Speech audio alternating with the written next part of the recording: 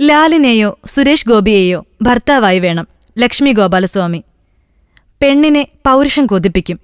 പൗരുഷമുള്ള ഒരാണിന്റെ സാമീപ്യം ഏത് സ്ത്രീയാണ് കൊതിക്കാത്തത്?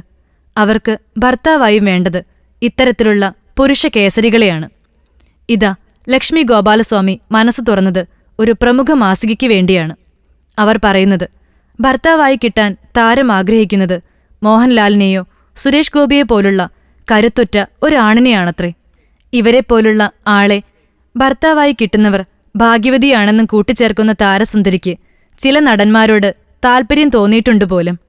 ആ ഭാഗ്യനടന്മാർ ആരാണെന്ന് വെളിപ്പെടുത്തിയിട്ടില്ലെങ്കിലും തനിക്ക് വരുന്ന വിവാഹാലോചനകൾ ചില കാരണങ്ങളാൽ മുടങ്ങുകയാണെന്നും സിനിമയിൽ നിന്ന് തന്നെ ഒരാളെ താൽപ്പര്യമുണ്ടെങ്കിലും അതും നടക്കുമോ എന്നറിയില്ല.